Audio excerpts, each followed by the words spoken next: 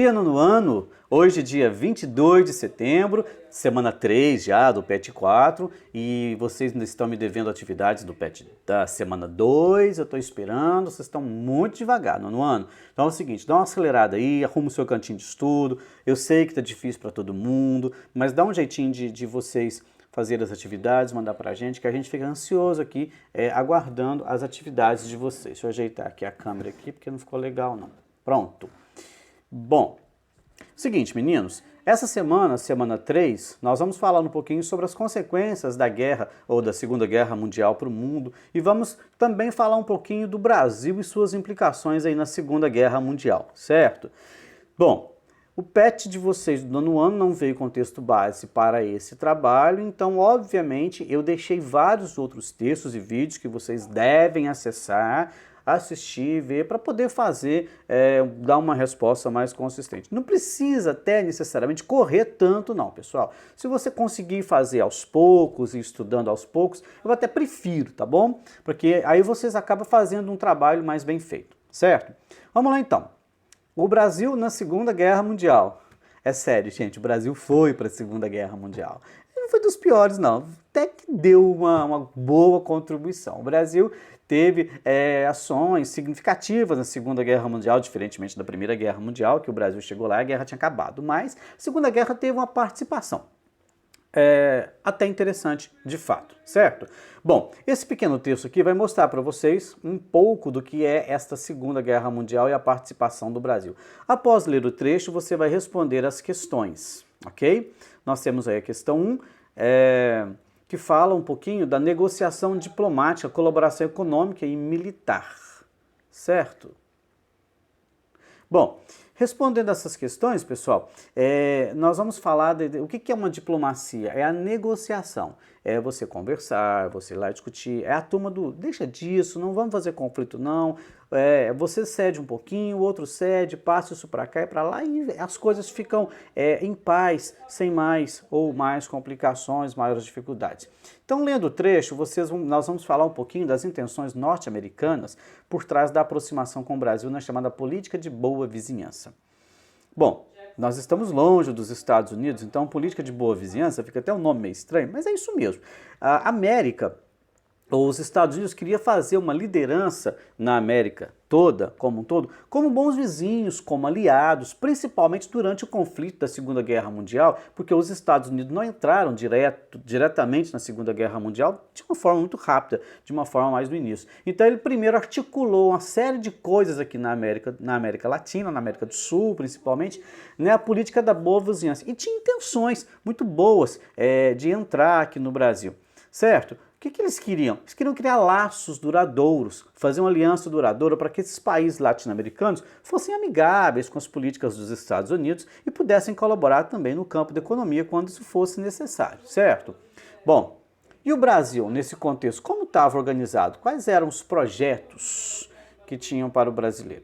O Brasil, na época da Segunda Guerra Mundial, ele vivia, a gente pode falar que nós vivíamos uma ditadura, o Estado Novo aqui com o Getúlio Vargas. O Getúlio Vargas, ele era um sujeito, como que a gente pode falar? Até hoje a gente fala que o Getúlio é uma incógnita, é um sujeito difícil de decifrar, porque ao mesmo tempo que ele toma um pouco do lado do Partido dos Mais Pobres, como quando fez a legislação trabalhista, o voto feminino, por outro lado, o Getúlio ele tinha uma visão de poder muito centralizada, ele tinha, como era uma visão mais ou menos comum nessa época, uma visão de Estado centralizado, de poder centralizado, uma figura da autoridade muito forte, como era de Adolf Hitler, Mussolini, dos líderes do fascismo.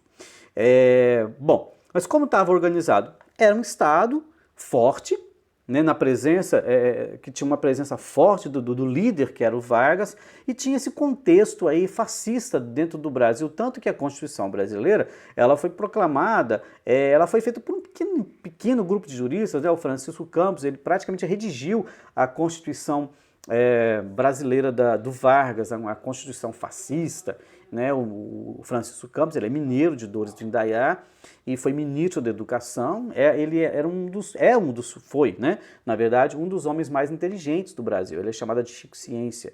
Mas essa inteligência foi usada para quê? Aí a gente olhando, analisando esse contexto aí da Segunda Guerra, da Guerra Fria, da Segunda Guerra, aliás. Então tem esse contexto do nazismo ainda muito forte, certo? E aí, para solidificar essa aliança, digamos, nessa política da boa vizinhança, o Walt Disney, o Walt Disney, o criador do Mickey, daqueles desenhos lá da Disney, todo ele criou um personagem para o Brasil. Ele criou então um desenho com o Pato Donald e o Zé Carioca, que era uma figura tipicamente brasileira, e criou um desenho que eu coloquei no link para vocês assistirem, o desenho do Zé Carioca, um episódio que ele encontra com o Pato Donald lá no Rio de Janeiro, mostra um pouco da cultura, um pouco do que era o Rio de Janeiro, a vida do brasileiro e tal. Mas essa aproximação, óbvio que ela tinha uma série de interesses. Fazer o Brasil ficar um pouquinho próximo, uma ligação dessas culturas. E o que principal interesse nessa aproximação?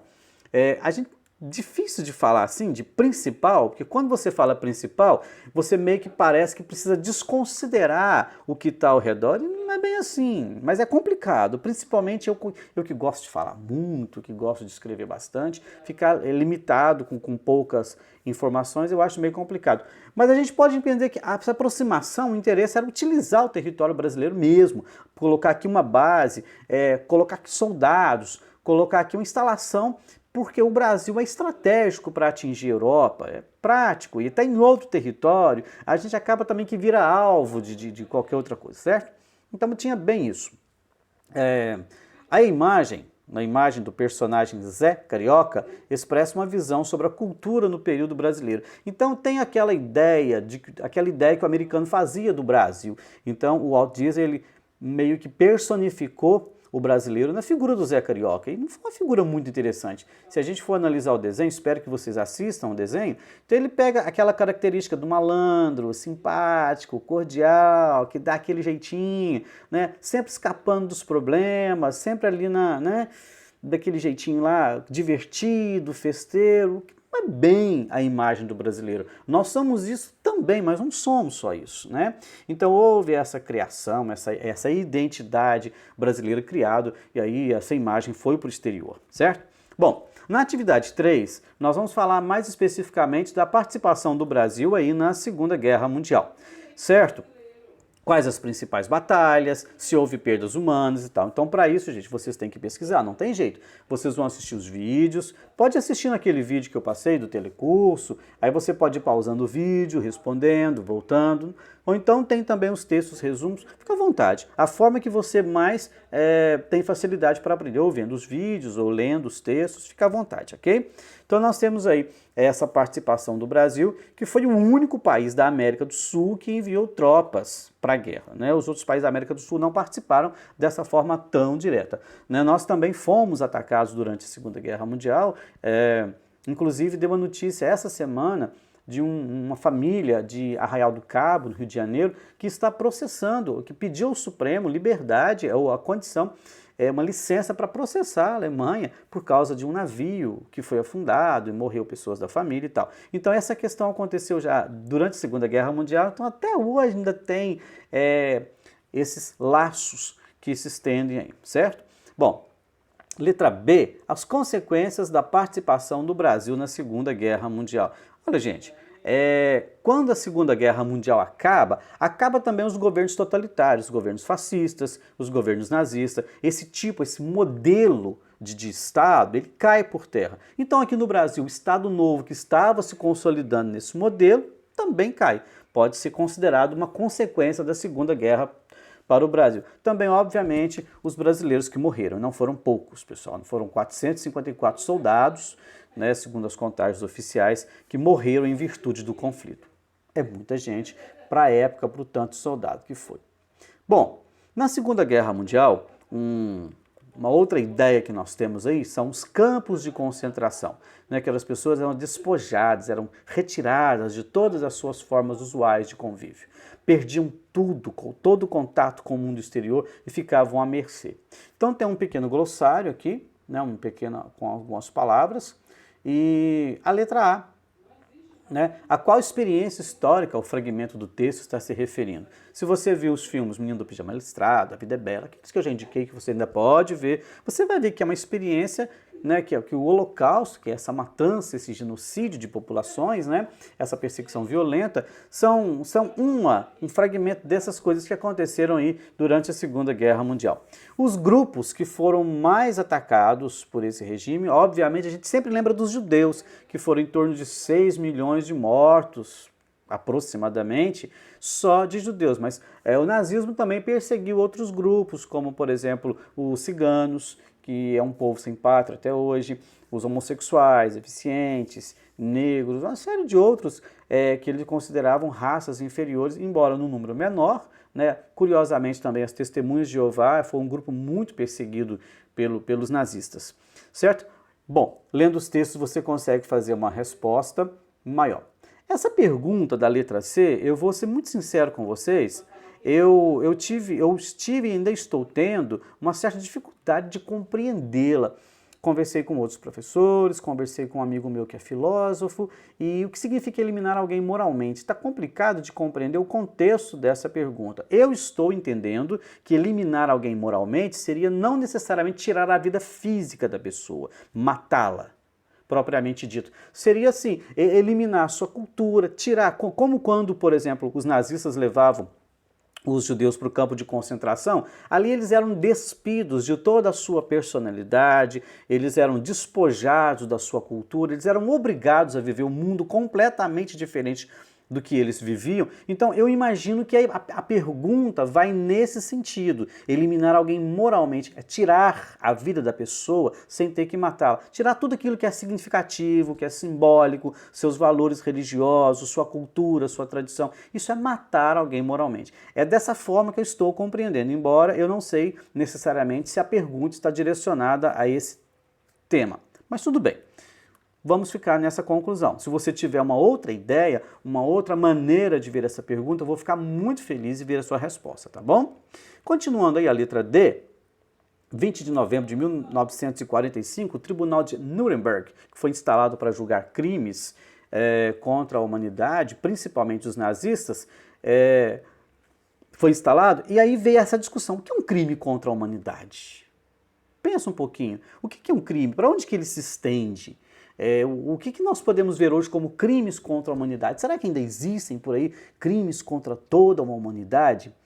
Será que quando a gente, por exemplo, cria uma destruição ambiental em larga escala, não é um crime contra a humanidade? Quando a gente provoca, por exemplo, guerras ou situações complexas em que muitas pessoas têm que migrar da sua cidade, refugiar-se em massa, grandes populações, isso não seria um crime contra a humanidade? Pensa um pouquinho aí e faz a sua resposta, tá bom? Você pode pesquisar esse termo também, ok?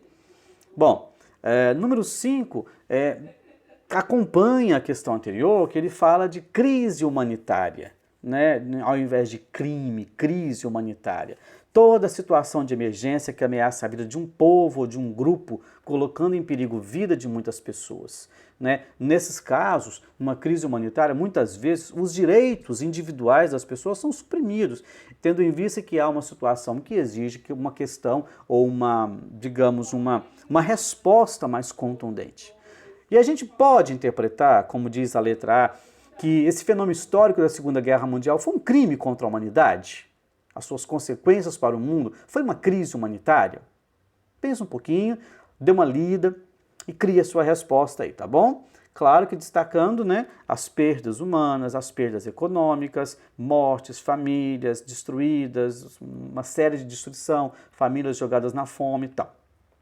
Bom, partindo desse pressuposto, você conhece outra situação, episódio, guerra, conflito, recente, né, que a gente pode dizer se tratar de uma crise humanitária? Cite aqueles que você descobrir. Então, pessoal, você vai fazer uma pesquisa sobre crises humanitárias recentes. Eu também dei algumas indicações na descrição do vídeo. Eu também deixei no grupo de WhatsApp alguns links para você olhar.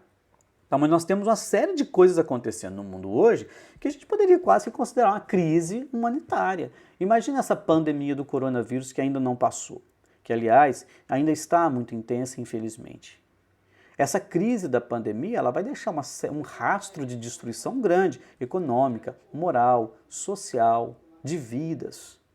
Será que a gente pode chamar isso de crise humanitária? Pensa um pouquinho, dê a sua resposta, certo? Dê a sua resposta para a gente poder comentar na próxima semana. Aí no próprio PET tem algumas indicações também, tá?